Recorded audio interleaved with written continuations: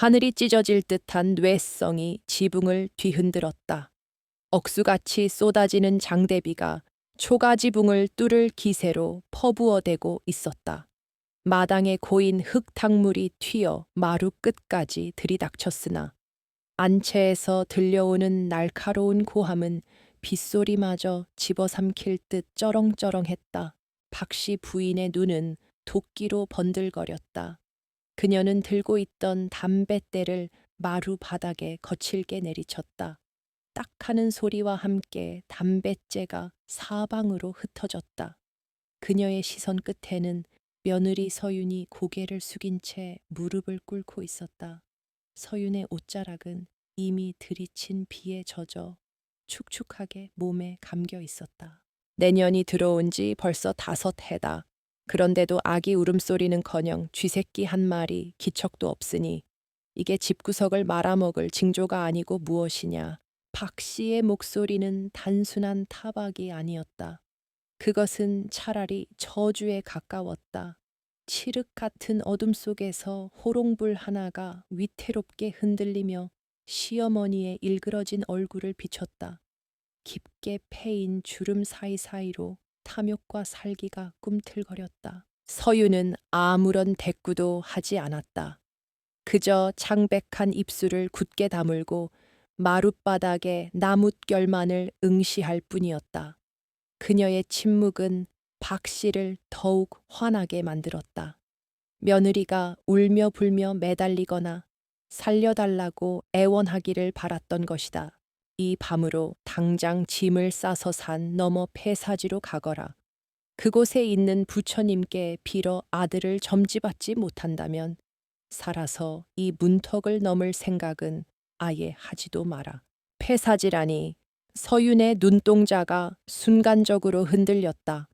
그곳은 10년 전 역병으로 승려들이 몰살당한 뒤 흉흉한 소문만 무성하여 대낮에도 나무꾼들이 피해가는 곳이었다.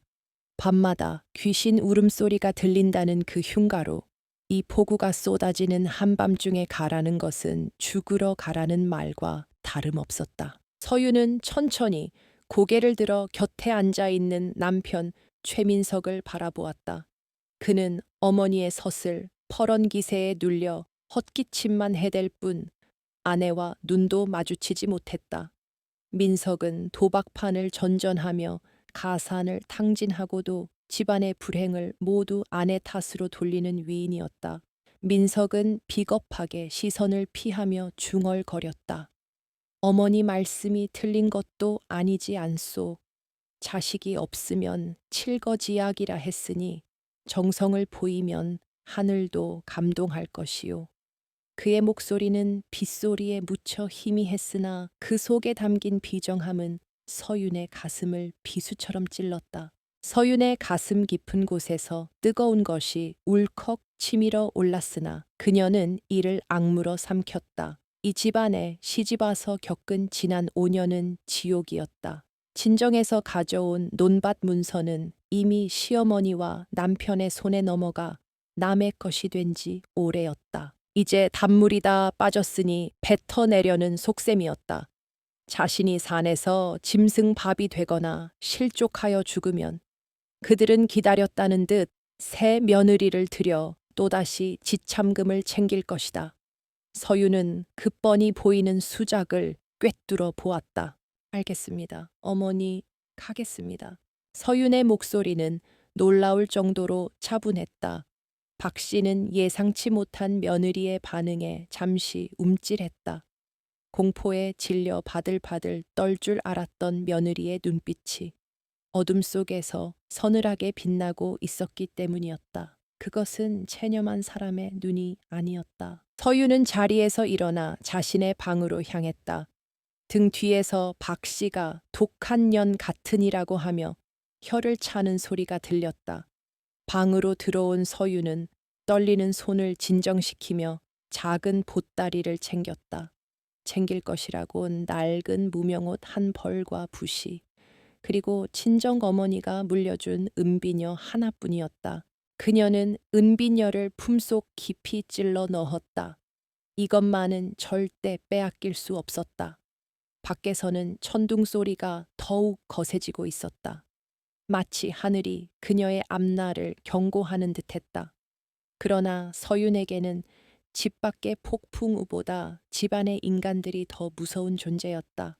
방 문을 열고 나오자 차가운 비바람이 전신을 후려쳤다.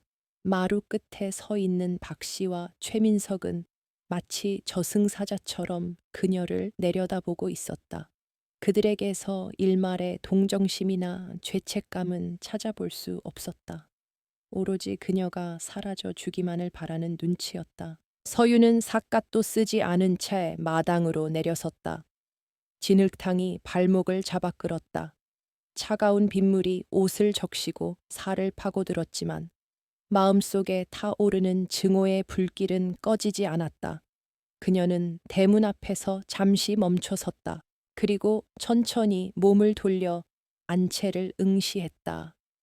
번개가 번쩍이는 순간 서윤의 얼굴이 하얗게 드러났다.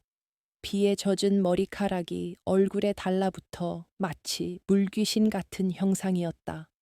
박 씨는 기이한 오한을 느끼며 옷깃을 여몄다. 어머니, 서방님, 제가 돌아오는 날 이 집안에 대가 끊기는 일은 없을 것입니다. 그 말은 축복인지 저주인지 분간할 수 없었다. 서유는 다시 몸을 돌려 어둠 속으로 걸어 들어갔다. 무거운 대문이 삐걱거리며 닫히는 소리가 그녀의 등 뒤에서 들려왔다. 그것은 이승과 저승을 가르는 소리처럼 들렸다. 마을 어귀를 벗어나자 칠흑 같은 어둠이 그녀를 에워쌌다. 인가에서 새어나오는 불빛조차 사라진 산길은 그야말로 짐승들의 세상이었다. 빗줄기는 굵어졌다 가늘어지기를 반복하며 그녀의 시야를 가렸다.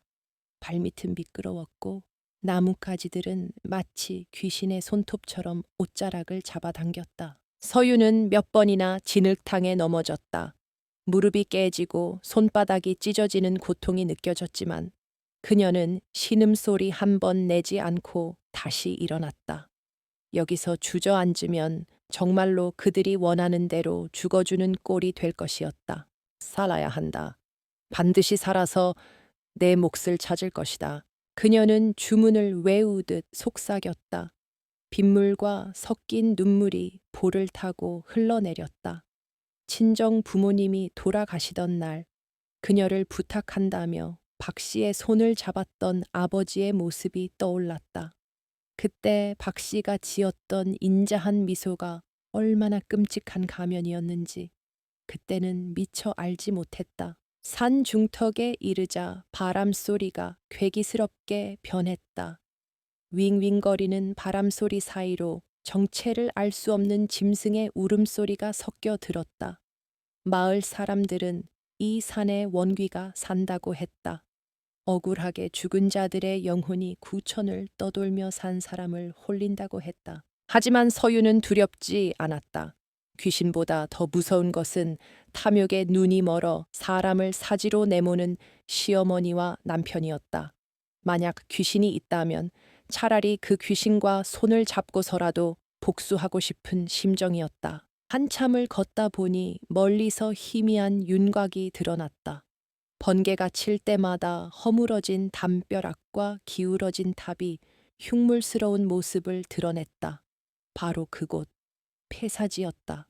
잡초가 무성하게 자란 마당에는 깨진 기와 조각들이 널려 있었고 뼈대만 남은 대웅전은 금방이라도 무너져 내릴 듯 위태로워 보였다. 입구에 들어서자 서늘한 냉기가 등골을 스치고 지나갔다.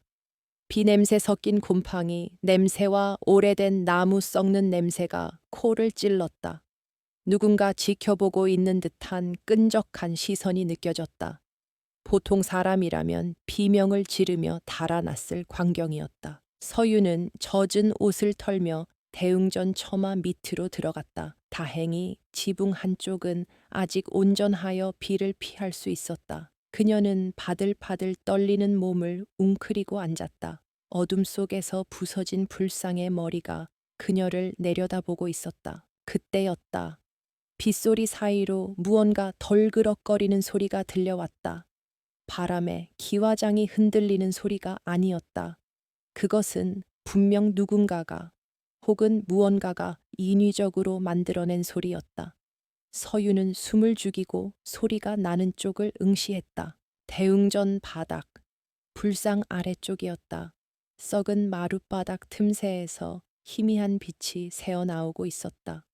귀신 불일까 아니면 도깨비 불일까.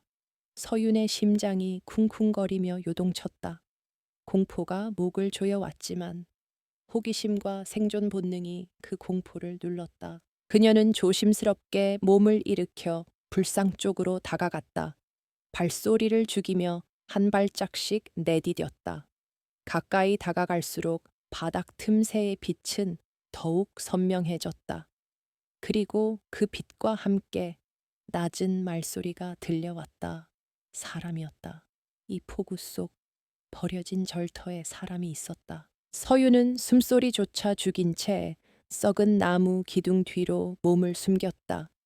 들이치는 비바람 소리가 귓가를 때렸지만 마루 밑에서 새어나오는 사내들의 거친 목소리는 빗소리를 뚫고 선명하게 들려왔다. 귀신이 아니었다. 이 심야의 폐사지에 모여 있는 것은 분명 산 사람이었다. 그녀는 젖은 옷자락에서 떨어지는 물방울 소리가 혹여 들킬까봐 옷을 꽉 쥐어짰다. 심장이 터질 듯 요동쳤으나 머릿속은 오히려 차갑게 식어갔다. 시어머니 박 씨가 이곳에 오라고 했을 때 그녀는 귀신보다 짐승을 걱정했다. 하지만 이 산골짜기 폐사지에 숨어든 사내들이라면 짐승보다 더 위험한 존재들임이 분명했다. 순간 지난 5년간의 서름이 주마등처럼 스쳐 지나갔다. 친정아버지가 돌아가시던 날 박 씨는 상복을 입은 서윤의 손에서 반문서를 낚아채듯 가져갔다. 집안을 건사하려면 여자가 재물을 가지고 있어서는 안 된다는 핑계였다. 그때 박 씨의 눈에 서렸던 탐욕은 지금 저 마루 밑에서 들려오는 사내들의 웃음소리와 닮아 있었다. 남편 최민석은 그날 밤 술에 취해 들어와 서윤의 은비녀를 찾았다. 도박판에서 잃은 돈을 메꿔야 한다며 아내의 폐물을 뒤지는 남편의 모습은 가장이라기보다 시정잡배에 가까웠다. 서윤이 울며 매달리자 그는 아내를 밀치고 비녀를 빼앗아 달아났다. 그날 이후 서윤의 마음속에서 남편이라는 존재는 죽었다. 그녀에게 남은 것은 오로지 생존에 대한 본능과 언젠가 이 치욕을 갚아주겠다는 도끼뿐이었다. 시어머니가 아들을 낳아오라며 이곳으로 내몰았을 때 서유는 차라리 죽어서 원귀가 되어 그들의 목을 조르는 상상을 했다. 하지만 지금 눈앞의 상황은 그녀에게 다른 선택지를 강요하고 있었다. 마루 틈새로 새어나오는 불빛 사이로 굵직한 그림자들이 어른거렸다. 사내들은 무언가 무거운 것을 옮기는 듯 쿵쿵거리는 소리를 냈다. 그리고 간간이 들려오는 대화 속에서 관아와 은병이라는 단어가 스쳤다. 서윤의 눈동자가 이체를 띄었다. 관아와 은병이라니 이 산골짜기에 어울리지 않는 단어들이었다. 문득 마을 장터에서 들었던 소문이 떠올랐다. 얼마 전 파면당한 전임 사또가 백성들의 고혈을 짜낸 재물을 어딘가에 숨겨두고 도망쳤다는 이야기였다. 만약 저들이 그 소문의 당사자들이거나 그 재물을 노리는 자들이라면 이야기는 달라진다. 서유는 두려움을 억누르고 바닥에 납작 엎드렸다. 썩은 나무 틈새로 안을 들여다볼 수 있는 구멍을 찾기 위해서였다. 빗물이 흙바닥에 섞여 얼굴을 더럽혔지만 개의치 않았다. 마침내 손가락만 한 구멍 하나를 발견했다.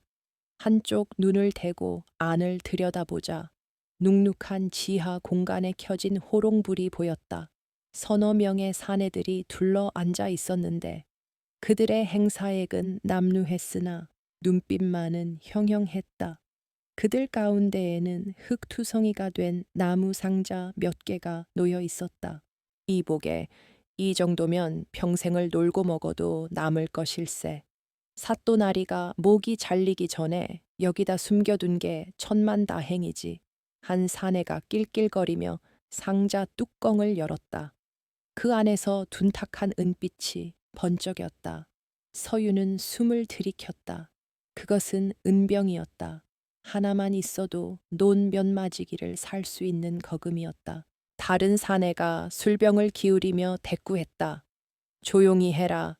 새 사또가 부임한 지 얼마 안 됐다. 냄새를 맡고 들이닥치기라도 하면 우린 다 죽은 목숨이야. 비가 그치면 날이 박는 대로 짐을 나눠서 흩어져야 한다.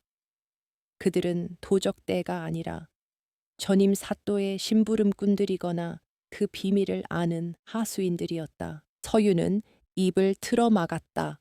시어머니가 그토록 탐내던 재물, 남편이 도박판에서 날린 돈과는 비교도 안 되는 엄청난 거금이 바로 자신의 발밑에 있었다. 박 씨가 며느리를 죽음으로 내몰기 위해 보낸 사지가 역설적으로 엄청난 기회의 땅이 된 셈이었다. 이것은 하늘이 내린 기회일까 아니면 악마의 유혹일까? 서유는 혼란스러운 마음을 다잡았다. 지금 당장 저들에게 발각되면 목숨을 부지하기 어려웠다. 하지만 이대로 물러설 수도 없었다. 저 은병들이라면 기울어진 친정을 다시 일으키고 자신을 멸시하던 시댁 사람들을 발 아래 꿀릴 수 있었다. 그때 갑자기 마루 위에서 쥐 한 마리가 튀어나와 서윤의 발등을 지나갔다. 놀란 서윤이 흠칫 몸을 떨며 바스락거리는 소리를 냈다. 지하의 사내들이 일순간 동작을 멈췄다. 무슨 소리냐? 굵은 목소리의 사내가 칼자루를 쥐며 천장을 올려다 보았다. 서윤의 심장이 멎을 듯했다. 빗소리가 거셌지만 예민한 놈들이라면 인기척을 느꼈을 수도 있었다. 사내 하나가 호롱불을 들고 일어서려 했다. 서윤은 재빨리 기둥 뒤 그늘 속으로 몸을 밀어 넣었다. 낡은 대웅전 바닥나무가 비명을 지르지 않기를 간절히 빌었다. 비바람 소리겠지. 아니면 산짐승이나 이런 날씨에 누가 귀신 나온다는 절터에 오겠냐. 다른 사내가 흰잔을 주며 동료를 주저앉혔다. 긴장했던 사내는 찜찜한 표정으로 다시 자리에 앉았지만 여전히 천장 쪽을 힐끔거렸다. 서유는 안도의 한숨을 내쉬었다. 그녀는 이제 선택해야 했다. 날이 밝기 전에 도망칠 것인가, 아니면 목숨을 걸고 저들의 약점을 쥘 것인가. 도망쳐서 집으로 돌아간다면 기다리는 것은 시어머니의 학대와 비참한 삶뿐이었다. 빈손으로 돌아가면 쫓겨나거나 맞아 죽을 것이 뻔했다. 서윤의 눈빛이 차갑게 가라앉았다. 그녀는 품속의 은비녀를 만지작거렸다. 어머니의 유품이자 그녀가 가진 마지막 자존심이었다.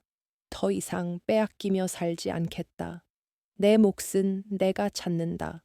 그녀의 마음속에서 두려움이 사라지고 그 자리에 서늘한 계략이 들어차기 시작했다. 그녀는 조심스럽게 마루 끝으로 이동했다. 빗줄기는 여전히 거세게 쏟아지고 있었다.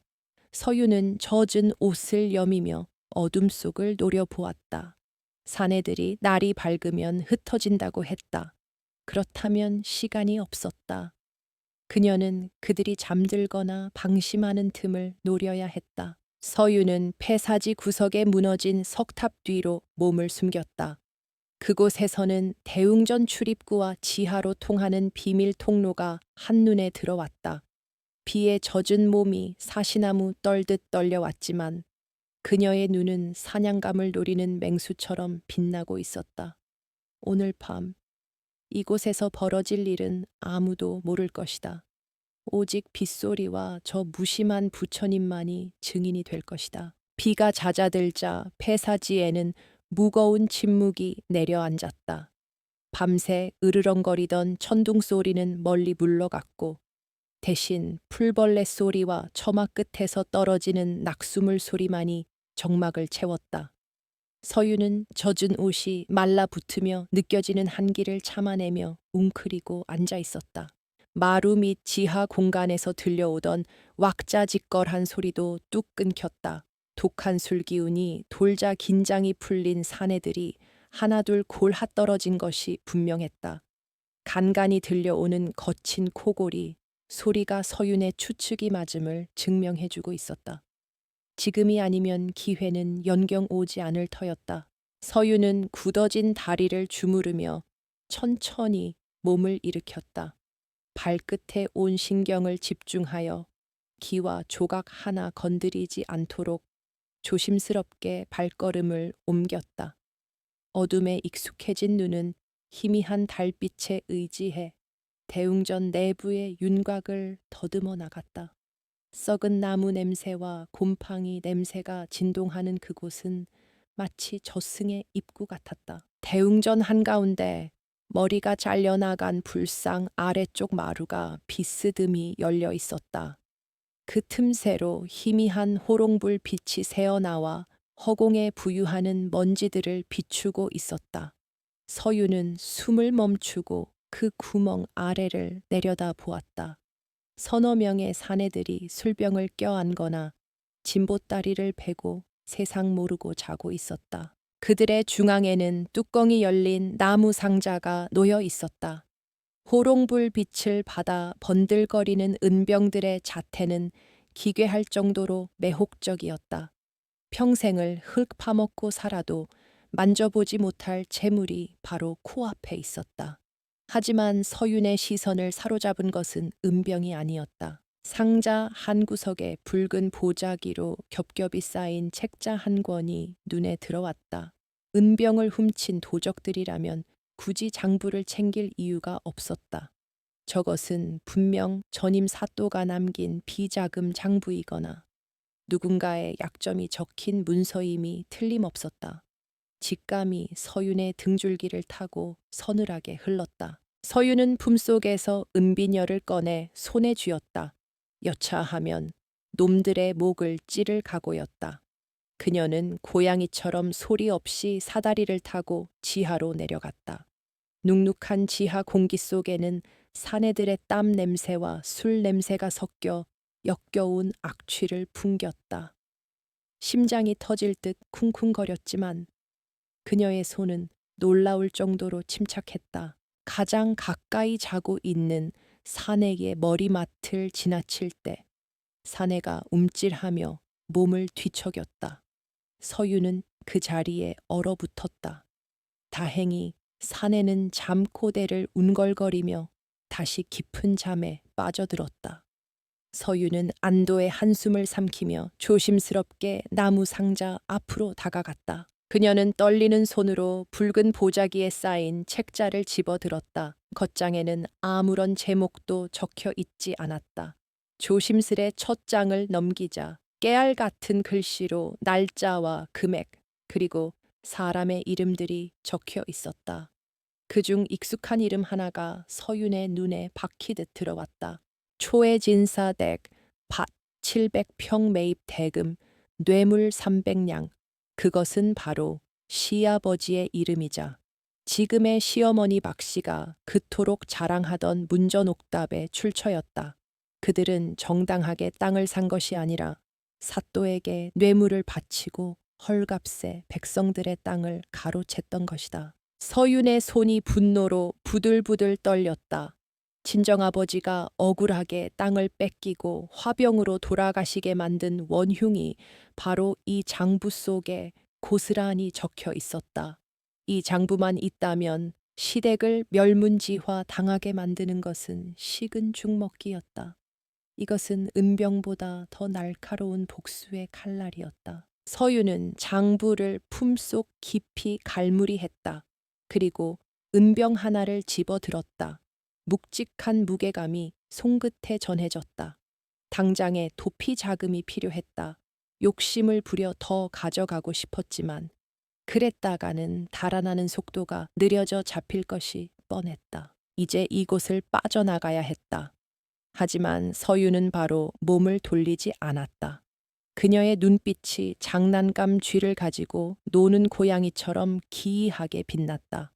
단순히 물건만 훔쳐 달아난다면 놈들은 곧장 추격해올 것이다. 놈들이 쫓아오지 못하게, 아니 감히 쫓아올 생각조차 못하게 만들어야 했다. 그녀는 주변을 둘러보다가 구석에 놓인 숯덩이를 발견했다. 서유는 숯을 집어 들고 나무 상자 뚜껑 안쪽에 무언가를 적어 내려갔다. 삐뚤빼뚤하지만 힘 있는 필체였다. 그리고 자고 있는 사내들의 신발을 모두 거꾸로 돌려놓았다. 저승으로 가는 길을 재촉한다는 의미였다. 마지막으로 그녀는 호롱불에 심지를 돋워 불꽃을 크게 키운 뒤 불상 아래에 있던 향로의 남은 재를 허공에 흩뿌렸다. 마치 누군가 방금 전까지 제사를 지낸 듯한 흔적이었다. 모든 준비를 마친 서유는 다시 사다리를 타고 지상으로 올라왔다. 새벽빛이 희미하게 밝아오고 있었다. 비구름이 거친 밤하늘에는 별들이 차갑게 빛나고 있었다. 서유는 폐사지를 빠져나오며 뒤를 돌아보았다. 무너져가는 대웅전이 마치 거대한 괴물처럼 입을 벌리고 있었다.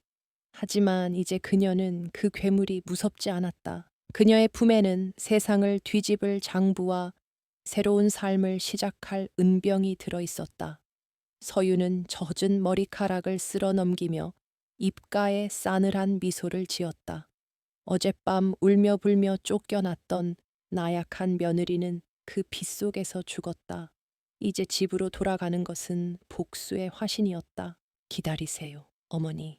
그리고 서방님, 제가 가져가는 선물이 마음에 드실지 모르겠습니다. 서유는 발걸음을 재촉해 산을 내려갔다.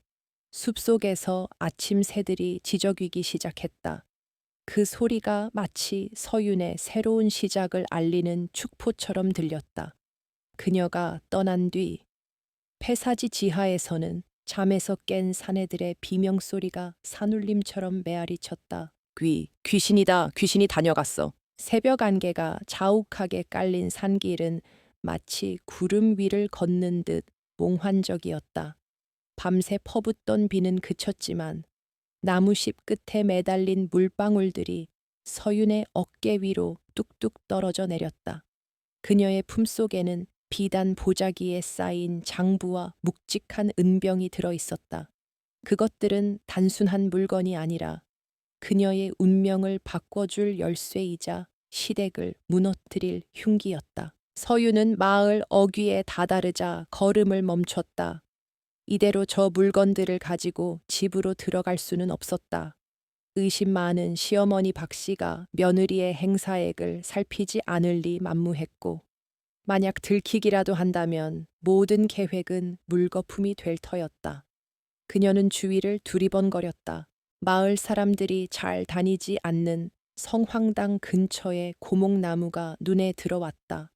오래전 벼락을 맞아 속이 텅 빈 차에 죽어버린 나무였다. 마을 사람들은 재수가 없다며 피해 다녔지만 지금 서윤에게는 더할 나위 없는 은신처였다. 그녀는 주저없이 나무의 썩은 온기구멍 안으로 손을 집어넣었다. 축축한 이끼와 곰팡이 냄새가 났지만 개의치 않았다.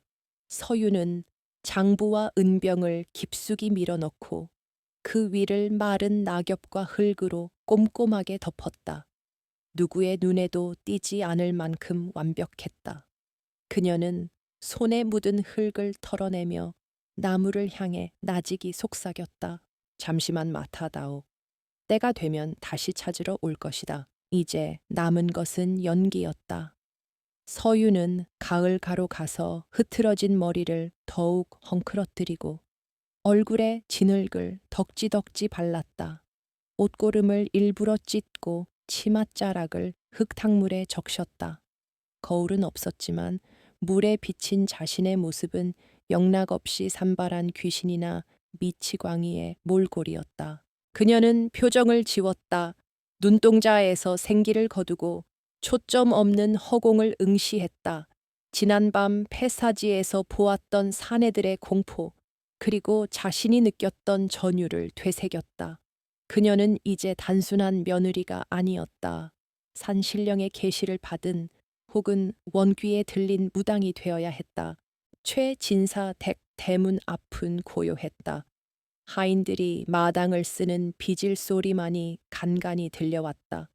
서유는 심호흡을 한 번 크게 하고는 무거운 대문을 삐걱 소리가 나도록 거칠게 밀어젖혔다. 마당을 쓸던 해인이 소리에 놀라 고개를 들었다가 서윤의 몰골을 보고 기겁하며 뒤로 자빠졌다. 아시서 설마 귀신입니까? 하인의 비명소리에 안채의 문이 벌컥 열렸다. 잠옷 바람에 박씨와 최민석이 튀어나왔다. 그들은 마치 죽은 사람이 살아 돌아온 것을 본 듯 입을 다물지 못했다. 박씨의 얼굴이 순식간에 창백해졌다. 어젯밤 내쫓은 며느리가 살아서 그것도 저토록 기괴한 모습으로 돌아올 줄은 꿈에도 몰랐던 것이다. 내 내년이 어떻게 살아서? 박 씨가 말을 더듬으며 뒷걸음질 쳤다. 서유는 아무 말 없이 마당 한가운데로 걸어 들어갔다. 그녀의 걸음걸이는 평소와 다르게 느릿하고 섬뜩했다.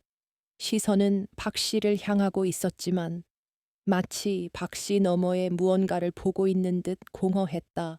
최민석이 겁에 질린 목소리로 소리쳤다. 어머니 저거 보십시오. 눈빛이 이상합니다. 필시 산 귀신이 씌어 온 게 틀림없습니다. 그는 어머니 등 뒤로 숨으며 비겁한 본성을 드러냈다.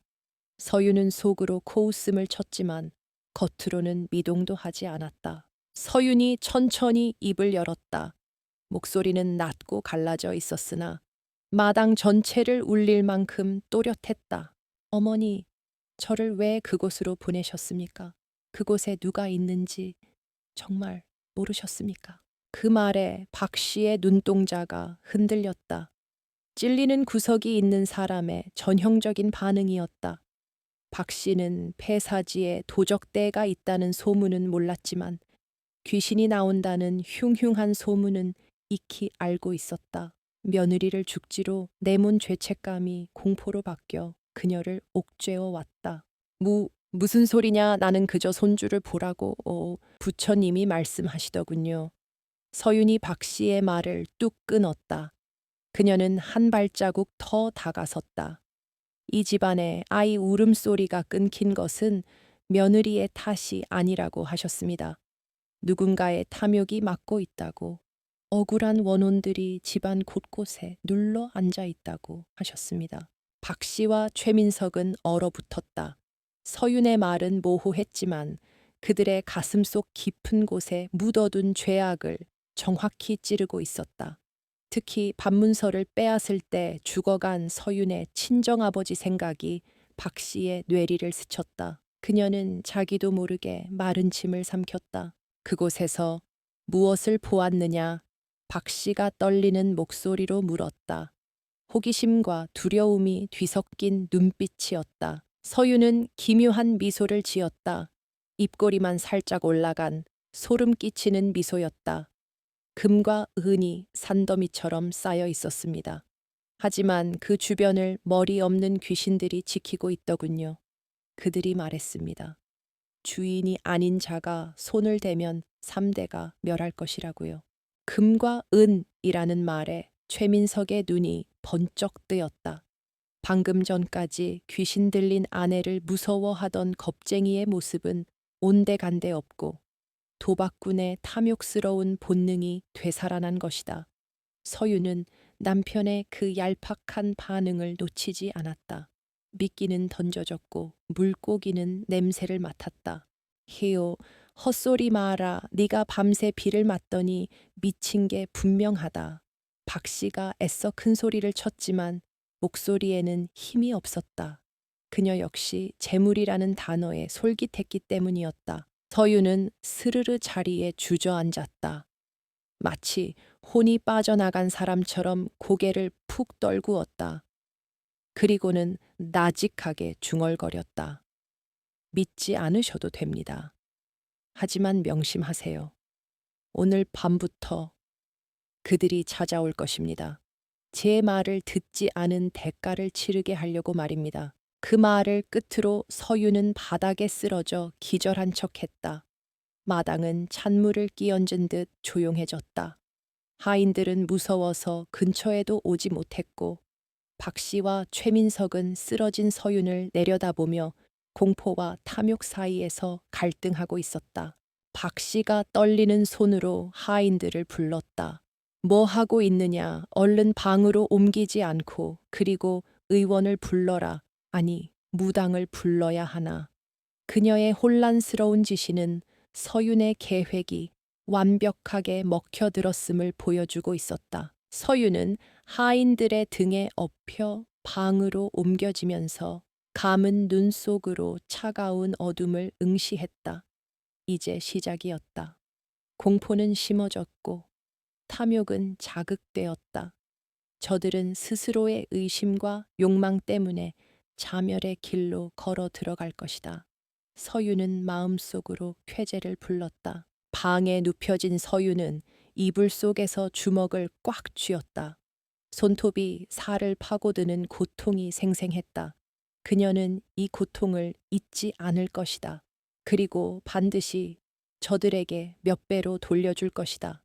창밖에서는 아침 햇살이 비치고 있었지만 최진사 대게는 이미 짙은 어둠이 드리우고 있었다. 서윤이 눈을 떴을 때 방 안은 이미 어둑해져 있었다. 창호지 문틈으로 새으며드는 저녁놀이 방바닥을 붉게 물들이고 있었다. 머리맡에는 물 한 사발이 놓여 있었고 문 밖에서는 인기척이 느껴졌다. 그녀는 천천히 몸을 일으켰다. 몸은 청은망은 무거웠지만 정신은 그 어느 때보다 맑게 깨어 있었다. 마치 오랜 잠에서 깨어난 짐승처럼 그녀의 감각은 날카롭게 곤두서 있었다. 방문이 덜컹거리며 열리더니 박 씨가 들어왔다. 그녀의 뒤로 최민석이 쭈뼛거리며 따라 들어왔다. 평소 같았으면 늦잠을 잤다고 호통을 쳤을 시어머니였지만 지금 그녀의 표정은 기묘하게 일그러져 있었다. 두려움과 탐욕, 그리고 의심이 뒤섞인 눈빛으로 며느리를 내려다 보았다. 서유는 그런 시어머니를 빤히 응시했다. 눈을 피하지도 고개를 숙이지도 않았다. 이제 정신이 좀 드느냐? 박 씨가 짐짓 엄한 목소리로 물었으나 말꼬리가 미세하게 떨렸다. 서유는 대답 대신 메마른 입술을 죽였다. 목이 마릅니다. 그녀의 목소리는 낮고 건조했다. 마치 무덤 속에서 들려오는 소리 같았다. 최민석이 화들짝 놀라며 물그릇을 밀어주었다. 아내가 아닌 다른 존재를 대하는 듯한 태도였다. 물을 한 모금 마신 서윤이 천천히 입을 열었다. 꿈을 꾸었습니다. 아니, 꿈이 아니었습니다. 그곳에서 보았던 은병들이 자꾸만 저를 부릅니다. 은병이라는 단어가 나오자마자 최민석의 눈동자가 흔들렸다. 도박판에서 잃은 돈을 만회하고도 남을 거액. 그의 머릿속은 이미 그 생각으로 가득 차 있었다. 그게 정말이더냐? 폐사지에 은병이 있다는 게. 민석이 침을 꿀꺽 삼키며 물었다. 서유는 희미하게 고개를 끄덕였다. 예, 서방님, 부처님 아래 깊은 곳에 묻혀 있었습니다. 하지만 그곳을 지키는 귀신들이 너무 무서워 감히 손을 댈 수가 없었습니다. 그들은 산 사람의 냄새를 맡으면 칼을 휘두릅니다. 박 씨가 코웃음을 쳤다. 귀신은 무슨 헛것을 본 게지. 내년이 기가 허해져서 헛소리를 하는 게다. 하지만 그녀의 손은 옷자락을 꽉 쥐고 있었다. 서유는 시어머니의 불안한 손짓을 놓치지 않았다. 그녀는 더욱 목소리를 낮춰 속삭이듯 말했다. 어머니, 그 귀신들이 하는 말을 들으셨어야 했습니다. 그들은 억울하게 땅을 뺏기고 죽은 사람들의 이름을 부르고 있었습니다. 순간 방 안의 공기가 차갑게 얼어붙었다. 박 씨의 얼굴에서 핏기가 싹 가셨다.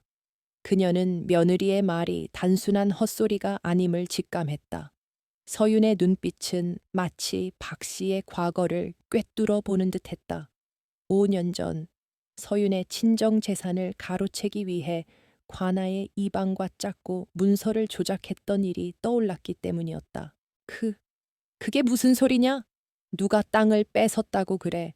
박 씨가 버럭 소리를 질렀지만 그것은 겁에 질린 비명에 가까웠다. 서유는 짐짓 놀란 척하며 눈을 크게 떴다. 어머니께서 왜 그리 놀라십니까? 저는 그저 귀신들의 이야기를 했을 뿐입니다. 혹시 어머니도 아시는 이야기입니까? 서윤의 되물음에 박 씨는 말문이 막혔다. 며느리의 표정은 순진무구해 보였지만 그 속에 숨겨진 칼날은 날카로웠다. 서윤은 자리에서 일어나 방문을 열고 나갔다. 저녁 바람이 시원하게 불어왔다. 마당에 서서 하늘을 올려다보니 먹구름이 몰려오고 있었다. 또다시 비가 올 징조였다. 최민석이 서윤을 따라 나왔다. 그는 아내의 눈치를 살피며 주위를 맴돌았다. 여보, 그 은병 말이다. 얼마나 되더냐? 정말 산더미처럼 쌓여 있었느냐? 그의 머릿속에는 귀신의 저주 따위는 안중에도 없었다. 오로지 일확천금의 기회만이 중요했다. 서유는 남편의 탐욕을 이용하기로 마음먹었다. 서방님, 그 은병 하나면 논10 마지기는 살 수 있을 것입니다. 하지만 조심하셔야 합니다. 욕심이 많은 자가 그곳에 발을 들이면 귀신이 그 사람의 눈을 멀게 한다고 했습니다. 서윤의 경고는 오히려 민석의 조바심을 부채질했다.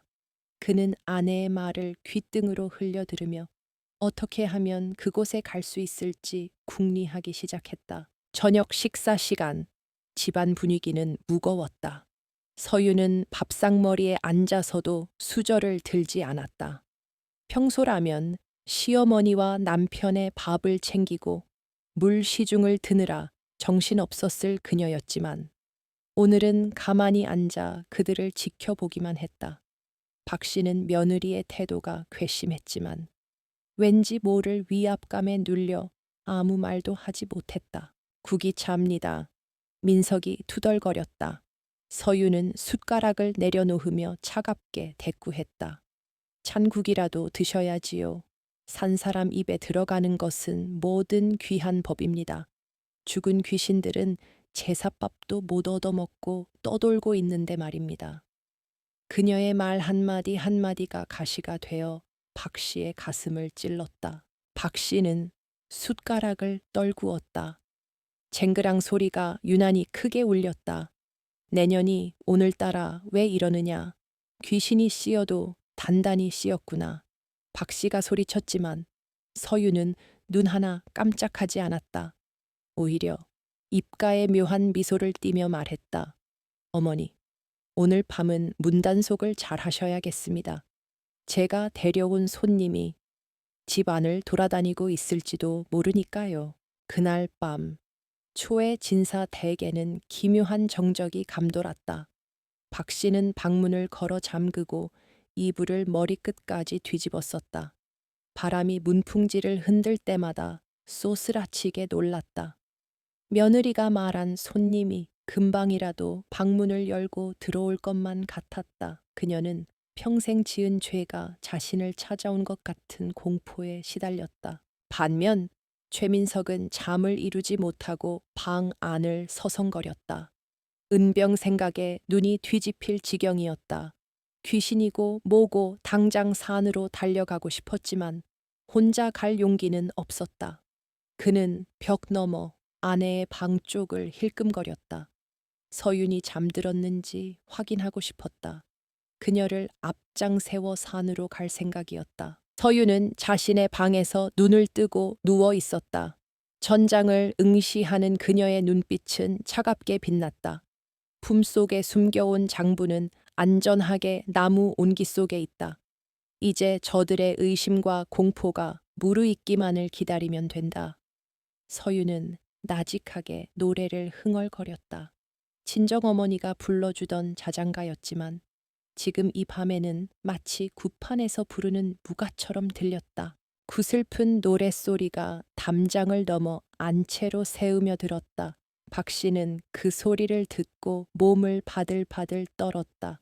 그것은 며느리의 노래가 아니었다. 5년 전 억울하게 죽은 사돈의 목소리처럼 들렸기 때문이었다. 공포는 사람의 마음을 갉아먹는 가장 강력한 독이었다. 서유는 그 독을 집안 곳곳에 뿌리고 있었다. 새벽녘이 되자 서유는 조용히 일어나 밖으로 나갔다. 마당 한 구석에 있는 장독대로 향했다. 그곳에는 시어머니가 애지중지하는 된장독들이 줄지어 있었다.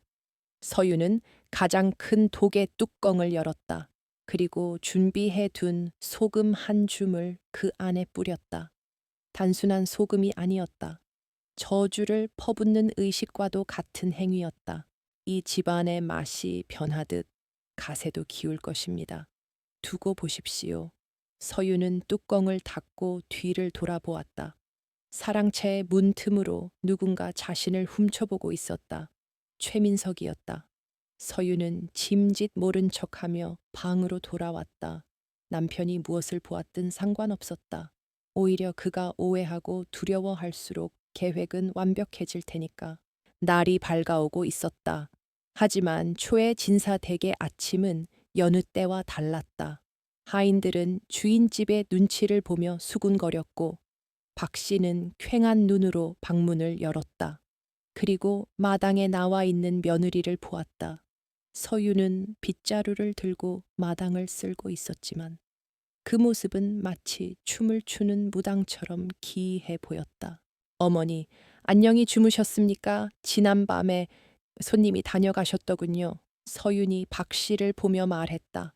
박 씨의 심장이 쿵 내려앉았다. 그녀는 며느리의 발밑을 보았다.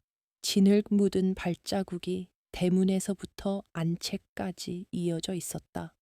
서윤이 밤새 만들어 놓은 가짜 흔적이었다. 이제 공포의 씨앗은 싹을 틔우기 시작했다. 최진사댁의 공기는 날이 갈수록 무거워졌다. 마치 보이지 않는 거대한 돌덩이가 지붕을 짓누르고 있는 듯했다. 하인들은 주인집 눈치를 보며 발소리조차 죽이고 다녔고 개들도 웬일인지 짖지 않고 구석에 처박혀 낑낑거릴 뿐이었다. 그 중심에는 서윤이 있었다. 그녀는 마치 이 집안의 사람이 아닌 다른 세상에서 온 방문객처럼 마루 끝에 앉아 하염없이 허공을 응시하곤 했다. 박 씨 부인은 그런 며느리의 뒷모습을 볼 때마다 등골이 오싹해졌다. 서유는 예전처럼 구박을 받아도 움츠러들지 않았고 일을 시키면 군말 없이 했지만 그 손놀림이 기계처럼 정확하고 차가웠다. 무엇보다 박 씨를 견딜 수 없게 만드는 것은 서윤의 입에서 불쑥불쑥 튀어나오는 말들이었다. 어머니, 간밤에 아버님께서 다녀가셨습니다. 목이 마르다고 하시기에 우물물을 떠다 드렸지요. 아침 문안 인사를 올리며 서윤이 던진 말에 박 씨는 들고 있던 찻잔을 떨어뜨릴 뻔했다. 죽은 시아버지가 다녀갔다니. 게다가 그 우물은 5년 전 서윤의 친정아버지가 억울함을 호소하다가 피를 토하며 쓰러졌던 곳 근처였다. 박 씨의 안색이 흑빛으로 변했다. 네, 내년이 기어코 미쳤구나. 죽은 양반이 어떻게 온다는 말이냐. 박 씨가 고함을 쳤지만 서유는 그저 서늘한 미소를 지을 뿐이었다. 오실 만한 이유가 있으니 오셨겠지요. 억울한 것이 있거나 누군가에게 할 말이 남으셨거나 어머니께서는 짚히는 것이 없으십니까? 서윤의 시선이 박 씨의 가슴속 깊은 곳을 파고들었다. 박 씨는 더 이상 견디지 못하고 방으로 들어가 버렸다. 하지만 방 안이라고 해서 안전한 것은 아니었다.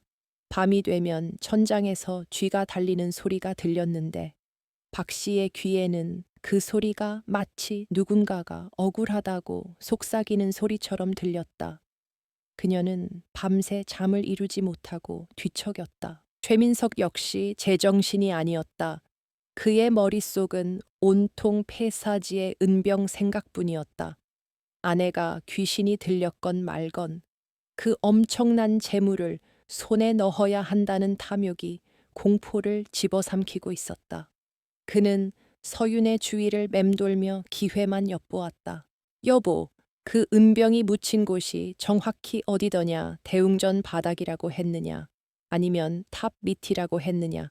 민석이 은밀하게 물었을 때 서윤은 바느질하던 손을 멈추고 남편을 올려다 보았다. 그녀의 눈동자는 깊은 우물처럼 검고 고요했다. 서방님, 그곳은 산 사람이 갈 곳이 못 됩니다. 욕심을 버리셔야 합니다. 그 재물에는 주인이 따로 있습니다. 주인이 따로 있다니 먼저 본 놈이 임자지. 네가 정녕 남편이 부자 되는 꼴을 못 보겠어서 그러는 게냐.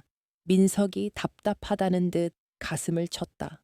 서유는 다시 바느질을 시작하며 나직이 중얼거렸다. 그 은병은 죄를 씻는데 써야 할 물건입니다. 하지만 서방님이 정 원하신다면 방법이 아주 없는 것은 아닙니다. 그 말에 민석의 귀가 번쩍 뜨였다. 방법, 무슨 방법 말이냐, 어서 말해 보아라. 그는 서윤의 치맛자락을 잡고 매달렸다. 서윤은 뜸을 들이다가 천천히 입을 열었다. 다음 장날 금은밤에 산에 올라가셔야 합니다. 하지만 혼자 가셔서는 안 됩니다. 귀신을 속일 재물을 가져가야 합니다. 재물 닭이라도 한 마리 잡아가란 말이냐? 아닙니다. 살아있는 것이 아니라 가장 아끼는 것을 내놓아야 귀신도 길을 비켜줍니다. 서윤의 말은 모호했지만 민석은 제멋대로 해석했다. 그는 자신이 가진 것 중 가장 귀한 것이 무엇인지 고민하기 시작했다. 서윤은 그런 남편을 보며 속으로 싸늘하게 비웃었다. 그날 밤 서윤은 몰래 부엌으로 들어갔다. 숯가루와 붉은 팥을 섞어 묘한 색깔의 가루를 만들었다. 그리고 그것을 박 씨의 방문 앞과 장독대, 그리고 최민석이 숨겨둔 노름빛 문서가 있는 곳간 문틈에 뿌려두었다. 날이 밝으면 그 흔적들은 마치 저주받은 핏자국처럼 보일 것이었다. 새벽녘, 박 씨의 비명소리가 집안을 뒤흔들었다. 악, 이게 뭐야? 누가 문 앞에 피를 뿌려놨어. 박 씨는 사시나무 떨듯 떨며 주저앉았다. 하인들이 달려와 웅성거렸지만 붉고 검은 가루의 정체를 아는 사람은 아무도 없었다. 오직 서윤만이 무표정한 얼굴로 그 광경을 지켜보고 있었다. 어머니, 이것은 산 사람의 피가 아닙니다. 원한 맺힌 홀령이 흘린 피눈물입니다. 집안에 부정이 탔습니다. 서윤이 차갑게 말했다. 박 씨는 그 말을 듣자마자 까무러칠 듯 놀랐다. 그녀는 무당을 불러 굿이라도 해야겠다고 난리를 쳤지만 서윤은 고개를 저었다. 무당을 부르면 오히려 화를 입을 것입니다. 이 원호는 집안 사람의 피부티와 관련된 것이라 남의 손을 빌리면 더 크게 노할 것입니다. 서윤의 말은 박 씨의 입을 막아버렸다. 며느리의 친정아버지를 죽음으로 내몬 죄책감이 박 씨의 이성을 마비시키고 있었기 때문이었다. 점심때가 지나자 박 씨는 헛것을 보기 시작했다. 마당에 널어놓은 빨래가 춤추는 무당처럼 보였고 바람에 흔들리는 나뭇가지가 자기를 잡으러 오는 손길처럼 느껴졌다. 그녀는 방구석에 처박혀 이불을 뒤집어쓰고 잘못했다. 살려달라고 중얼거렸다. 최민석은 어머니의 그런 모습에도 아랑곳하지 않고 오로지 은병 생각에만 골몰했다. 그는 서윤에게 다가와 집요하게 물었다. 가장 아끼는 것이라니 혹시 집문서를 말하는 것이냐? 아니면 엽전 꾸러미냐? 그의 탐욕은 이미 이성을 넘어선 상태였다. 서윤은 남편의 눈을 똑바로 쳐다보며 말했다. 서방님, 귀신은 마음을 봅니다. 서방님이 가장 집착하는 것, 그것을 버려야 더 큰 것을 얻을 수 있습니다. 그녀는 은근슬쩍 민석이 숨겨둔 비상금과 폐물들을 암시했다. 민석은 고개를 끄덕이며 음흉한 미소를 지었다.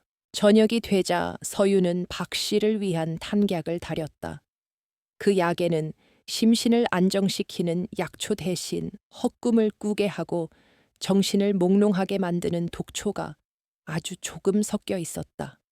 서유는 정성스럽게 약사발을 들고 박 씨의 방으로 들어갔다. 어머니, 기운을 차리셔야지요.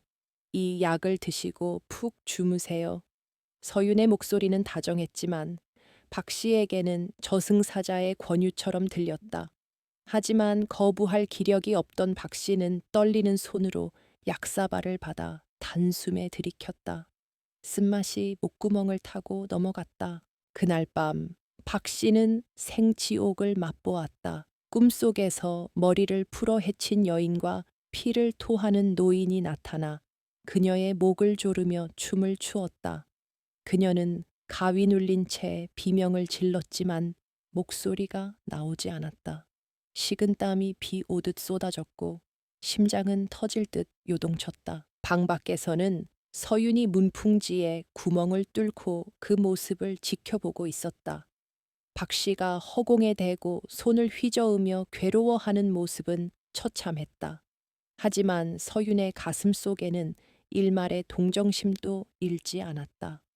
지난 5년간 자신이 겪었던 고통에 비하면 이것은 아무것도 아니었다. 고통스러우신가요? 이제 시작일 뿐입니다. 당신이 뺏어간 것들을 모두 토해낼 때까지 이 악몽은 끝나지 않을 것입니다. 서유는 나직하게 속삭였다. 그녀의 눈빛은 어둠 속에서 더욱 차갑게 빛났다. 복수는 칼로 찌르는 것이 아니라 상대의 마음을 무너뜨리는 것이었다. 옆방의 최민석은 어머니의 신음소리를 들으면서도 모른 척했다. 그는 짐을 꾸리고 있었다. 다가올 금음날 밤 폐사지로 떠날 준비를 하는 것이었다. 그는 집안의 패물함과 몰래 모아둔 엽전 꾸러미를 챙겼다. 이것들을 제물로 바치고 수백 배의 은병을 가져오리라 다짐했다. 서유는 마루로 나와 밤하늘을 올려다 보았다. 달이 구름에 가려 희미하게 빛나고 있었다. 이제 모든 준비는 끝났다. 탐욕의 눈먼 자와 공포에 질린 자. 두 사람은 서윤이 파놓은 함정을 향해 제 발로 걸어가고 있었다. 그녀는 품속에서 친정 아버지의 낡은 붓 하나를 꺼내 어루만졌다. 아버지, 조금만 기다리세요. 놈들이 스스로 무덤을 파는 꼴을 보여드리겠습니다. 바람이 불어와 서윤의 옷자락을 흔들었다. 그 모습이 마치 승천을 앞둔 이무기처럼 위태롭고도 강렬해 보였다. 장롱 문이 열리고 붉은 비단에 쌓인 패물함과 문서 보따리가 모습을 드러냈다.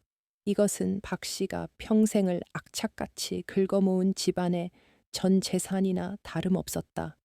민석은 침을 꿀꺽 삼켰다.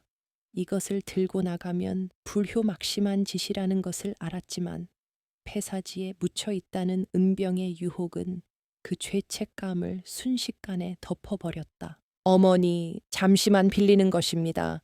제가 10배, 아니 100배로 불려서 가져오겠습니다. 민석은 자기 합리화를 하며 보따리를 챙겨 들었다. 그의 눈은 이미 탐욕으로 번들거리고 있었다. 이 재물을 귀신에게 제물로 바치고 그 대가로 산더미 같은 은병을 얻어올 상상에 가슴이 벅차올랐다. 보따리를 챙겨 밖으로 나오던 민석은 마루 기둥 뒤에 서 있는 그림자를 보고 기겁하여 주저앉을 뻔했다. 서윤이었다. 그녀는 마치 어둠의 일부인 양소리 없이 서서 남편을 지켜보고 있었다. 민석은 등골이 오싹해졌으나 아내가 자신을 말릴까봐 짐짓 으름장을 놓았다. 비켜라, 내 큰일을 하러 가는 길이다. 네가 감히 앞길을 막으려거든. 그러나 서유는 길을 막지 않았다. 오히려 그녀는 손에 들고 있던 청사초롱을 남편에게 내밀었다. 길이 어둡습니다. 서방님, 부디 조심해서 다녀오십시오. 귀신들은 빛을 싫어하니 절터 입구에서는 불을 끄셔야 합니다.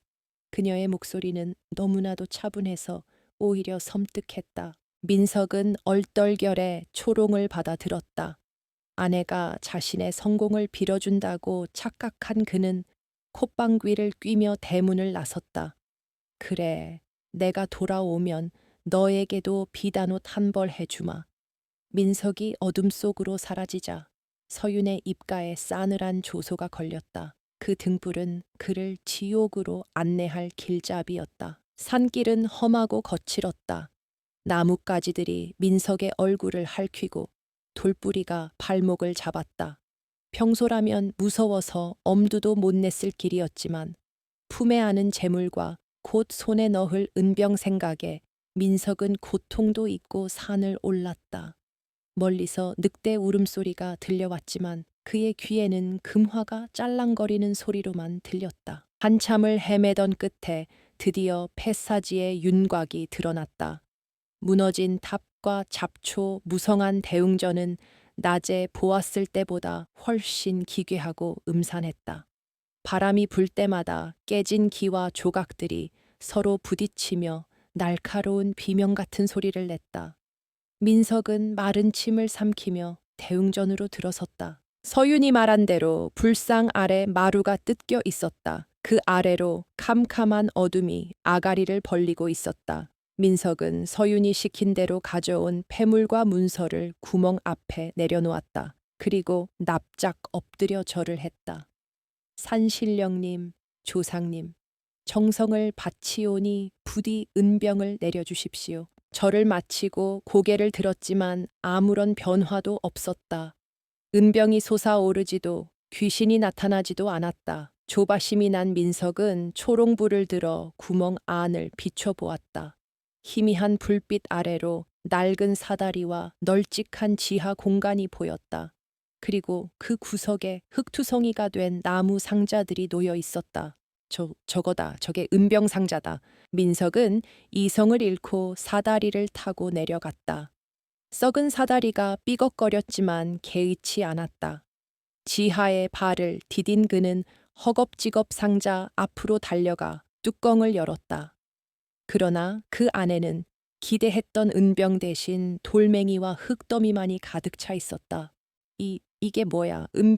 내 은병은 어디 갔어?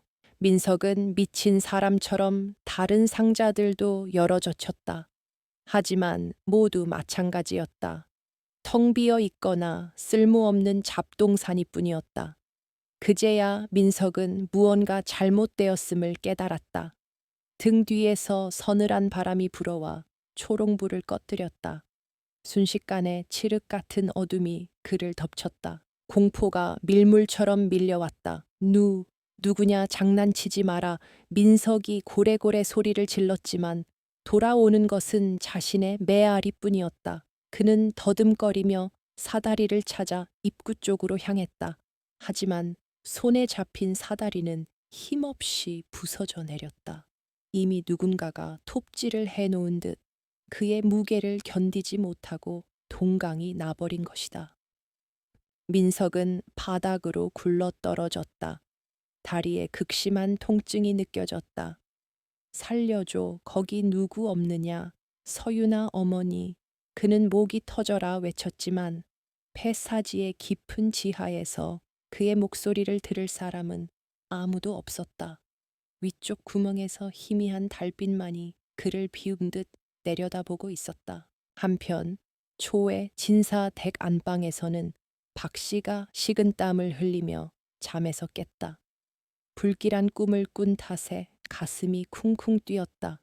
목이 말라 물을 찾던 그녀는 장롱문이 열려 있는 것을 발견했다. 불길한 예감에 비틀거리며 다가가 확인해보니 평생을 모은 폐물함과 문서 보따리가 감쪽같이 사라져 있었다. 이 연두에 내돈 내 땅 문서. 박 씨는 비명을 지르며 밖으로 뛰쳐나왔다. 도둑이야, 도둑이 들었다. 하인들이 잠결에 놀라 뛰어나왔다. 박 씨는 마당을 미친 듯이 뛰어다니며 울부짖었다. 그러다 사랑채 문이 활짝 열려 있는 것을 보았다. 아들 민석의 신발도 그가 아끼던 도포도 보이지 않았다. 그 순간 박 씨의 머릿속에 서윤의 말이 스쳐 지나갔다. 가장 아끼는 것을 내놓아야 귀신도 길을 비켜줍니다. 설마 아들이, 자신의 금쪽 같은 아들이 그 재물을 들고 귀신에게 간 것인가? 박 씨는 다리에 힘이 풀려 그 자리에 주저앉았다. 그때 어둠 속에서 서윤이 천천히 걸어 나왔다. 그녀는 아무런 표정도 없는 얼굴로 주저앉은 시어머니를 내려다 보았다. 박 씨는 지푸라기라도 잡는 심정으로 며느리의 옷자락을 붙잡았다. 아가, 민석이가 어디 갔느냐? 내 폐물은 다 어디 간 거야? 서윤은 차갑게 대꾸했다. 서방님께서는 큰 뜻을 품고 가셨습니다. 어머니께서 그토록 원하시던 부귀영화를 가져오겠다고 하셨지요. 아마 지금쯤 귀신들과 거래를 하고 계실 겁니다. 거래라니 그게 무슨 소리냐. 당장 민석이를 찾아와라. 내 돈 내놓으란 말이다. 박 씨가 악을 썼지만 서윤은 꿈쩍도 하지 않았다. 오히려 그녀는 박 씨의 손을 매몰차게 뿌리쳤다. 지난 5년간 한 번도 보여주지 않았던 싸늘하고 위압적인 태도였다. 어머니, 이제 와서 찾으신들 소용없습니다. 탐욕이 눈을 가리면 발 밑에 구렁텅이도 보이지 않는 법입니다. 아버님이 돌아가시던 날 어머니께서도 그러지 않으셨습니까? 서윤의 말에 박 씨는 숨을 멈췄다. 며느리의 눈빛은 더 이상 순종적인 여인의 것이 아니었다. 그것은 모든 것을 알고 있는 심판자의 눈이었다. 박 씨는 공포에 질려 뒷걸음질 쳤다. 집안의 가장 큰 비밀, 남편을 죽음으로 몰고 간 그날의 진실을 며느리가 알고 있다는 사실에 전율했다. 산속 폐사지 지하, 최민석은 부러진 다리를 부여잡고 어둠 속에서 흐느끼고 있었다. 위쪽 구멍으로 자신이 가져온 폐물 보따리가 보였다. 서윤이 말한 재물은 바로 자기 자신이었음을 그는 뼈저리게 깨닫고 있었다. 쥐들이 찍찍거리는 소리가 점점 가까워지고 있었다. 폐사지의 지하 공간은 칠흑 같은 어둠과 죽음의 냉기로 가득 차 있었다. 부러진 다리에서 느껴지는 끔찍한 고통보다 더 최민석을 괴롭히는 것은 보이지 않는 공포였다.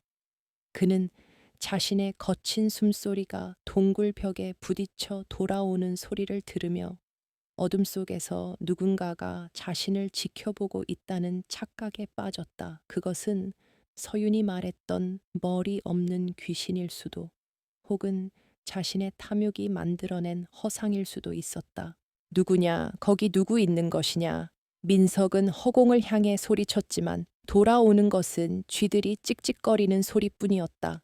그는 품에 안고 있던 어머니의 폐물 보따리를 더욱 꽉 끌어안았다.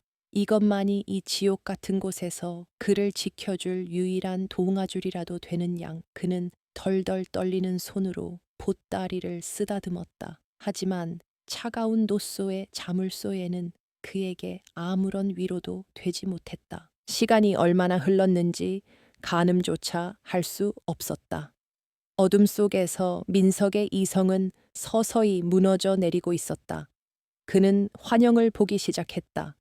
텅 빈 은병 상자들 사이에서 도박판에서 잃었던 엽전들이 춤을 추고 억울하게 땅을 뺏기고 죽은 소장농들의 얼굴이 눈앞을 스쳐 지나갔다. 그리고 마지막으로 서늘한 미소를 짓고 있는 아내 서윤의 얼굴이 떠올랐다. 서윤아, 내년이 나를 이곳으로 보냈구나. 네가 나를 죽이려고. 민석은 울부짖으며 바닥을 기었다. 손톱이 부러지고 손바닥이 까졌지만 그는 멈추지 않고 출구를 찾아 헤맸다. 그러나 무너진 사다리는 손에 잡히지 않았고 위쪽 구멍에서 들어오는 희미한 달빛은 너무나 멀리 있었다. 그는 자신이 파놓은 탐욕의 구덩이에 스스로 갇혀버린 꼴이었다. 한편 최진사댁은 초상집 같은 분위기였다. 박 씨는 밤새 마당을 서성이며 아들의 이름을 불렀다. 그녀의 머리는 산발이었고 눈은 퀭하게 들어가 있어 영락없는 미치광이의 모습이었다. 하인들은 주인 마님의 서슬에 눌려 횃불을 들고 산 입구까지 나갔지만 귀신이 나온다는 폐사지까지 들어갈 엄두는 내지 못하고 있었다. 새벽 달기 울랴 서윤이 방에서 나왔다. 그녀는 밤새 한숨도 자지 않은 듯 했지만 얼굴빛은 그 어느 때보다 맑고 차분했다. 서윤은 공포에 질려 있는 하인들과 넋이 나간 시어머니를 둘러보았다. 이제 때가 되었다. 그녀는 조용히 그러나 힘있는 목소리로 말했다. 어머니, 서방님께서는 필시 그곳에 계실 것입니다. 은병을 가지러 가신다고 했으니 폐사지 대웅전으로 가봐야 합니다. 서윤의 말에 박 씨는 화들짝 놀라며 며느리의 옷자락을 잡았다. 그곳은 귀신이 나온다지 않느냐. 네가 앞장서라.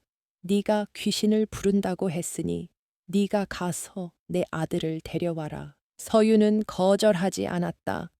오히려 기다렸다는 듯 고개를 끄덕였다. 알겠습니다. 제가 모시겠습니다. 하지만 명심하십시오. 그곳에서 무엇을 보시든 그것은 서방님이 자초하신 업보입니다. 그녀의 말은 싸늘한 예언처럼 들렸다. 서윤을 선두로 박 씨와 겁에 질린 하인들이 뒤를 따랐다. 아침 안개가 자욱한 산길은 마치 저승으로 가는 길처럼 음산했다. 일행이 폐사지에 도착했을 때 대웅전 쪽에서 짐승의 울음소리 같은 비명이 들려왔다. 살려줘, 내 다리 귀신이 내 다리를 물었어. 그것은 분명 최민석의 목소리였다. 박 씨는 민석아 하고 소리치며 대웅전으로 뛰어들어갔다. 하인들도 횃불을 높이 들고 뒤따랐다. 불상 아래 뚫린 구멍 안을 비추자 처참한 몰골의 최민석이 보였다. 그는 흙투성이가 된 채 바닥에 웅크리고 있었고 다리는 기이하게 꺾여 있었다. 무엇보다 충격적인 것은 그의 눈빛이었다. 공포와 광기로 뒤덮인 눈동자는 사람을 알아보지 못하고 허공을 헤매고 있었다. 서방님, 서윤이 짐짓 놀란 척하며 소리쳤다. 하인들이 밧줄을 내려 민석을 끌어올렸다. 지상으로 올라온 민석은 박 씨를 보자마자 품에 안고 있던 보따리를 내밀며 횡설수설했다. 어머니, 이거 은병이에요. 귀신이 은병으로 바꿔줬어요. 이제 우린 부자야. 박 씨가 떨리는 손으로 보따리를 풀었다. 그 안에는 그녀가 아끼던 폐물들과 집문서가 흙투성이가 된 차에 들어 있었다. 은병은 어디에도 없었다. 박 씨는 그 자리에 주저앉아 통곡했다. 이 미친놈아, 이게 무슨 은병이냐. 네가 제정신이냐. 그녀는 아들의 뺨을 때리며 울부짖었다. 하지만 민석은 고통도 느끼지 못하는 듯 실실 웃기 시작했다. 아니야, 은병이야. 서윤이가 그랬어. 가장 아끼는 걸 주면 은병을 준다고. 히히히. 저기 봐. 귀신들이 춤추고 있잖아. 그는 허공을 가리키며 손가락질을 했다. 하인들은 소름이 끼쳐 뒷걸음질 쳤다. 서윤은 그 광경을 무표정하게 지켜보고 있었다. 남편은 육체뿐만 아니라 정신까지 완전히 무너져 버렸다. 탐욕이 그를 집어삼키고 공포가 남은 이성을 갉아먹은 것이다. 이것이야말로 서윤이 원했던 죽음보다 더 잔혹한 형벌이었다. 어머니, 서방님께서 많이 편찮으신 것 같습니다. 어서 댁으로 모셔야겠습니다. 서윤의 차분한 목소리가 혼란스러운 상황을 정리했다. 하인들은 서둘러 민석을 업고 산을 내려갔다. 마을로 내려오는 길에 마주친 촐로들은 혀를 찼다. 쯧쯧. 초의 진사 댁 아들이 결국 도박에 미쳐서 산 귀신이 들렸다더니 소문은 바람보다 빠르게 퍼져나갔다. 집으로 돌아온 민석은 방 안에 갇혔다. 그는 밤낮을 가리지 않고 소리를 질렀다. 은병 내놔, 귀신이 온다. 불 꺼. 그의 발광은 온 집안을 공포로 몰아넣었다. 박 씨는 아들을 간호하다가 화병이 도져 자리에 눕고 말았다. 집안의 꼴은 말이 아니었다. 서유는 조용히 부엌으로 들어가 미음을 끓였다. 이제 집안의 실권은 자연스럽게 그녀에게 넘어오고 있었다. 하인들은 미친 주인과 병든 노마님 대신 침착하고 냉철한 며느리의 지시를 따르기 시작했다. 서유는 이 모든 상황을 예상이라도 한 듯 흔들림 없이 집안일을 처리했다. 저녁 무렵 서유는 밖으로 나가 성황당 고목나무로 향했다.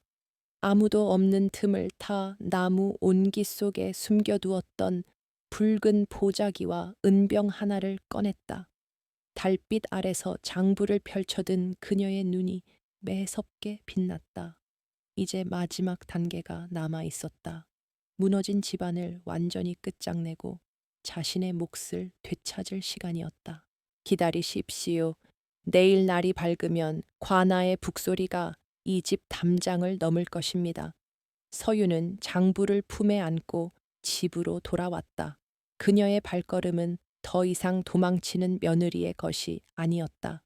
심판을 내리러 가는 집행관의 발걸음처럼 단호하고 묵직했다. 사랑채에서는 여전히 민석의 괴성이 들려오고 있었다.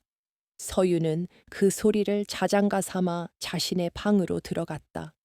내일은 새로 부임한 사또에게 문안을 드리러 가야 했다. 그녀의 손에는 이 집안의 생사여탈권이 쥐어져 있었다. 밤은 깊어가고 초의 진사댁의 운명도 어둠 속으로 가라앉고 있었다. 이른 아침 관아의 정적을 깨는 북소리가 둥둥 울려 퍼졌다. 새로 부임한 사또가 직무를 시작하기도 전이었으나 북을 두드리는 소리는 끈질기고 단호했다. 포졸들이 하품을 하며 대문을 열자 그곳에는 하얀 소복을 정갈하게 차려입은 여인 하나가 서 있었다. 서윤이었다. 그녀의 손에는 붉은 보자기에 쌓인 네모난 물건이 들려 있었고 눈빛은 서슬퍼런 칼날처럼 빛나고 있었다. 무쇠운 일이냐. 아침부터 관아 앞에서 소란을 피우다니. 포졸이 호통을 쳤으나 서유는 눈 하나 깜짝하지 않았다. 그녀는 품에서 은비녀를 꺼내 보이며 차분하게 말했다. 사또 나리께 고할 것이 있어 왔습니다. 이 고을의 묵은 때를 벗겨내고 억울하게 죽은 원혼들의 하늘풀 중대한 증좌를 가져왔습니다. 그녀의 기세에 눌린 포졸은 헛기침을 하며 안으로 들어갔다. 잠시 후 관아의 문이 활짝 열리고 서유는 형방의 안내를 받아 동헌 마당으로 들어섰다. 대청마루 위에는 젊고 강직해 보이는 신임 사또가 위엄 있게 앉아 있었다. 그는 서윤을 내려다보며 물었다. 네가 가져왔다는 증좌가 무엇이냐? 만약 거짓으로 관아를 능멸한다면 엄벌을 면치 못할 것이다. 서윤은 붉은 보자기를 풀어 사또 앞에 올렸다. 낡은 장부 한 권이 모습을 드러냈다.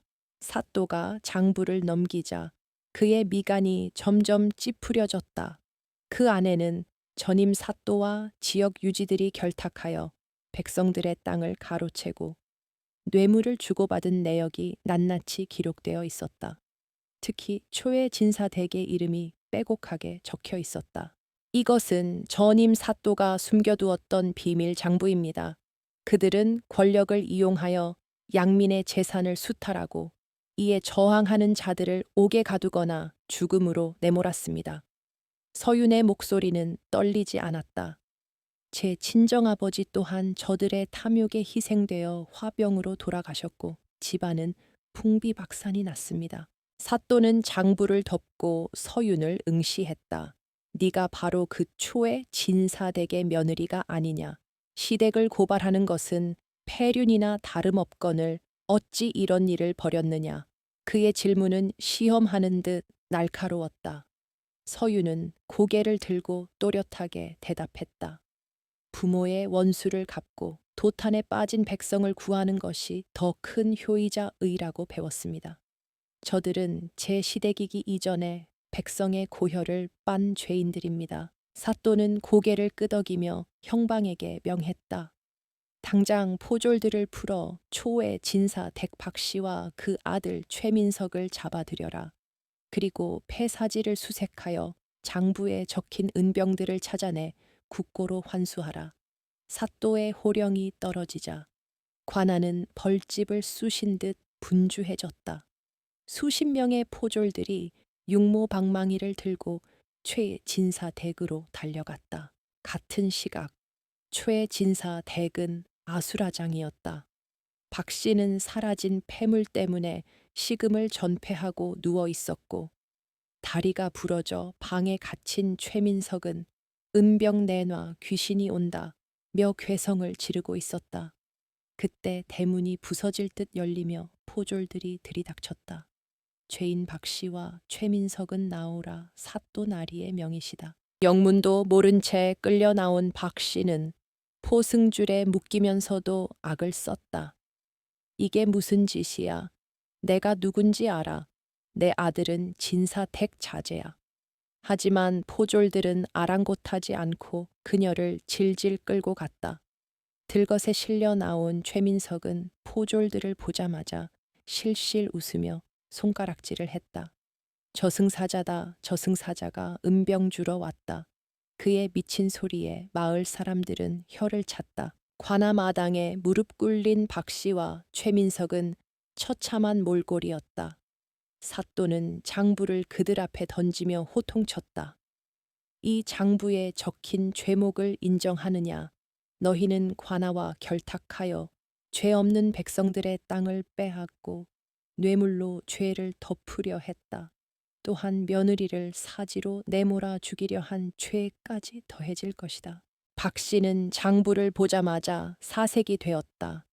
그것은 자신이 그토록 감추고 싶었던 과거의 치부였다.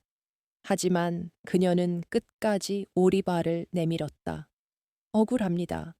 그것은 모함입니다.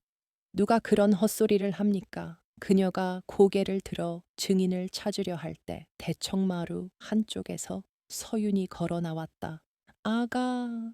박 씨의 입이 떡 벌어졌다. 서윤은 시어머니를 내려다보며 싸늘하게 말했다. 어머니, 아직도 모르시겠습니까? 폐사지의 귀신은 바로 접니다. 어머니와 서방님의 탐욕이 만들어낸 귀신 말입니다.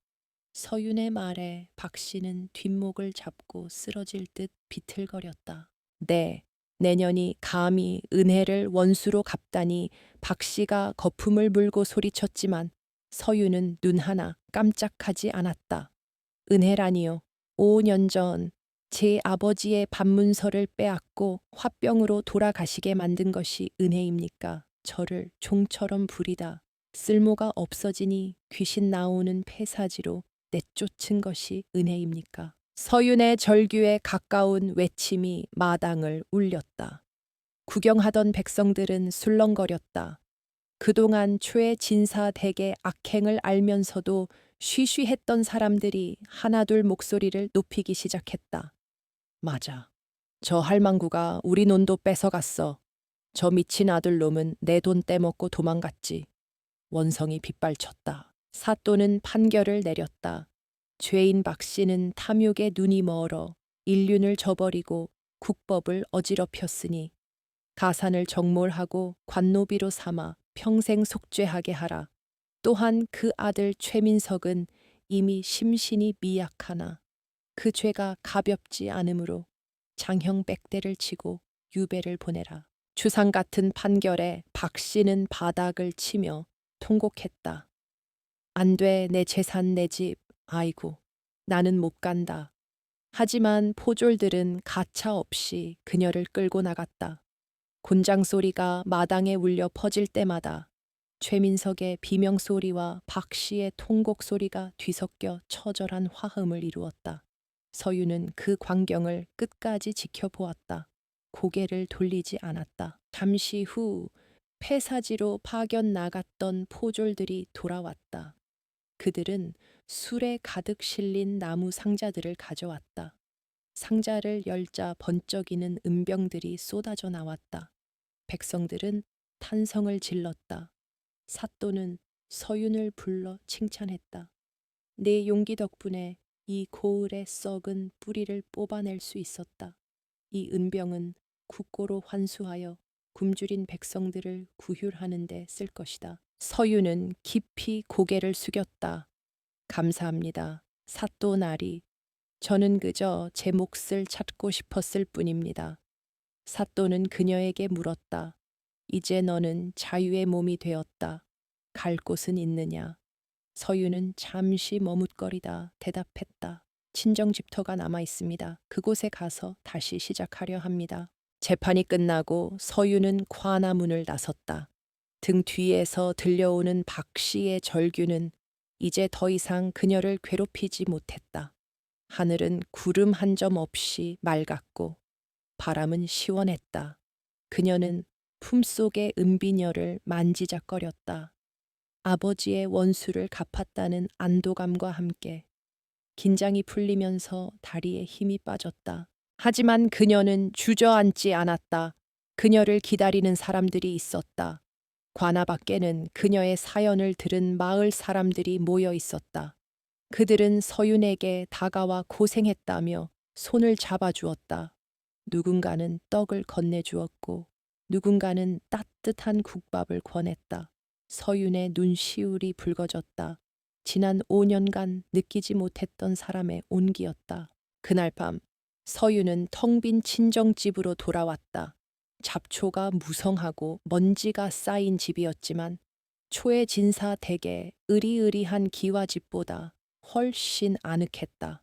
그녀는 마당 한가운데 서서 밤하늘을 올려다 보았다. 폐사지에서 보았던 그 달이 오늘은 밝고 둥근 보름달이 되어 그녀를 비추고 있었다. 아버지, 어머니, 다 끝났습니다. 이제 편히 쉬세요. 서유는 눈물을 훔치며 미소 지었다. 어둠 속에서 반딧불이 한 마리가 날아와 그녀의 어깨에 앉았다. 마치 부모님의 영혼이 그녀를 위로하는 듯 했다. 서유는 이제 혼자가 아니었다.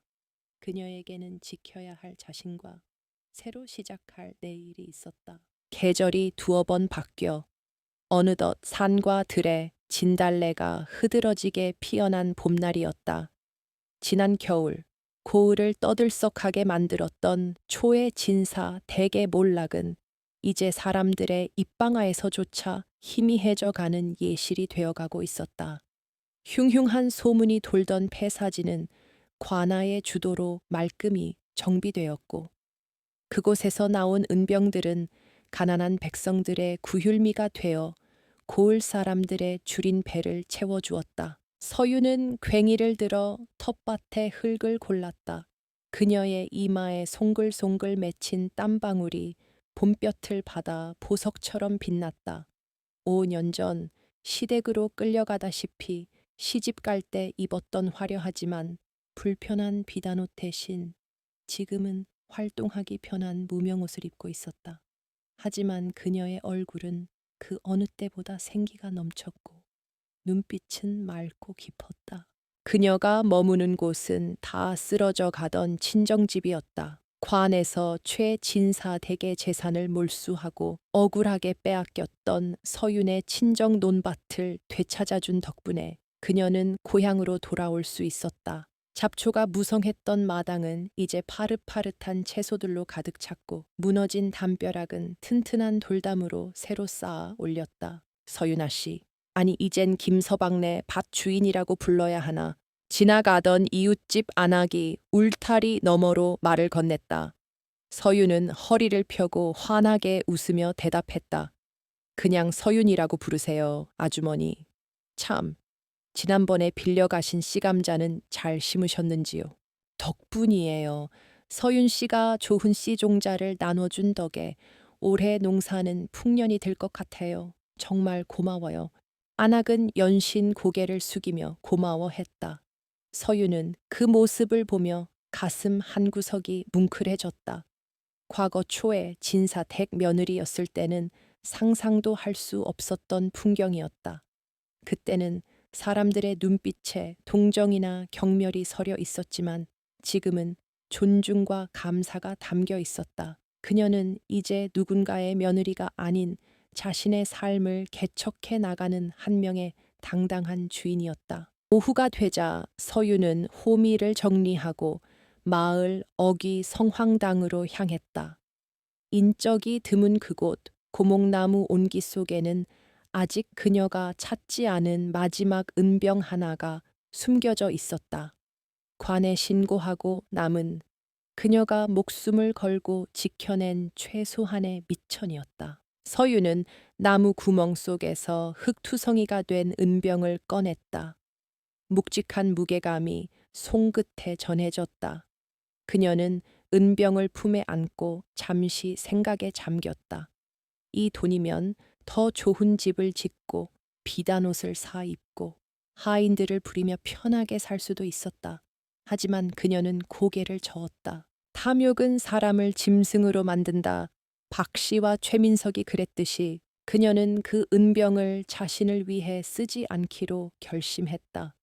대신 마을 한가운데 작은 서당을 짓는데 보태기로 했다. 그를 몰라 억울하게 땅을 뺏기고도 하소연할 곳 없었던 아버지와 같은 사람들이 다시는 나오지 않게 하기 위함이었다.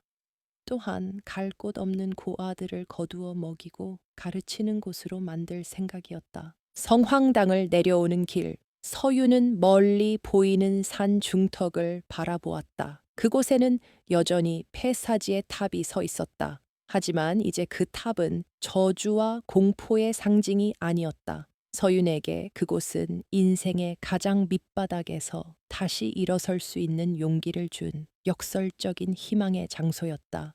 마을 장터에 들른 서윤은 우연히 낯익은 얼굴들을 보았다. 예전에 최진사댁에서 일하던 하인들이었다. 그들은 서윤을 보자마자 달려와 넙죽 절을 했다. 아이고, 아기씨 아니, 마님 정말 좋아 보이십니다. 박애씨와 서방님 소식은 들었느냐? 서윤이 담담하게 물었다. 하인 하나가 조심스럽게 입을 열었다. 말도 마십시오. 박씨 마님은 관노비로 끌려가서 하루 종일 빨래를 하는데 허구한 날 며느리가 귀신을 불렀다고 헛소리를 해대서 매를 맞기 일쑤랍니다. 그리고 최 서방님은 하인은 말끝을 흐렸다. 유배지에서 발을 헛디뎌 절벽 아래로 떨어지셨다고 합니다. 시신도 못 찾았다는 소문이 파다합니다. 서유는 잠시 침묵했다. 기쁨도 슬픔도 느껴지지 않았다. 그저 인과응보라는 네 글자만이 머릿속을 스쳐 지나갈 뿐이었다. 그들은 스스로 판 함정에 빠져 자멸한 것이었다. 서유는 하인들에게 떡값을 쥐어주며 말했다. 너희도 고생 많았다. 이제 좋은 주인 만나서 성실하게 살거라. 집으로 돌아오는 길, 해가 뉘엿뉘엿 저물어 가고 있었다. 붉은 노을이 서윤의 얼굴을 따뜻하게 감쌌다. 대문 앞에 서자. 5년 전 비 오는 밤에 쫓겨나던 자신의 모습이 떠올랐다. 그때의 서윤은 나약하고 두려움에 떨던 피해자였지만 지금 대문을 열고 들어가는 서윤은 승리자이자 생존자였다. 마당 평상에 앉아 밤 하늘을 올려다 보았다. 초승달이 예리하게 빛나고 있었다. 문득 품속에 지니고 있던 은비녀를 꺼내 보았다. 어머니의 유품이자 그녀가 끝까지 지켜낸 자존심의 상징이었다. 달빛을 받은 은비녀가 영롱하게 반짝였다. 어머니, 아버지, 보고 계신가요? 저는 이제 울지 않습니다. 누구에게도 의지하지 않고 제 두 발로 땅을 딛고 섰습니다. 서유는 비녀를 머리에 꽂았다. 그리고 깊게 심호흡을 했다. 맑은 밤 공기가 폐부 깊숙이 들어왔다. 어디선가 들려오는 풀벌레 소리가 평화로웠다. 내일은 장날이었다. 밭에서 수확한 채소들을 내다 팔고 서당을 지을 목수들을 만나야 했다. 할 일이 많았다. 하지만 서유는 그 바쁨이 즐거웠다. 자신의 의지대로, 자신의 계획대로 살아가는 삶이 얼마나 소중한지 뼈저리게 알게 되었기 때문이었다. 그녀는 자리에서 일어나 방으로 들어갔다. 방문을 닫는 소리가 경쾌하게 울렸다. 최진사 댁 며느리 서윤의 이야기는 끝이 났지만 인간 서윤의 진짜 이야기는 이제 막 시작되고 있었다. 어둠은 물러가고 그녀의 앞길에는 찬란한 새벽이 기다리고 있었다.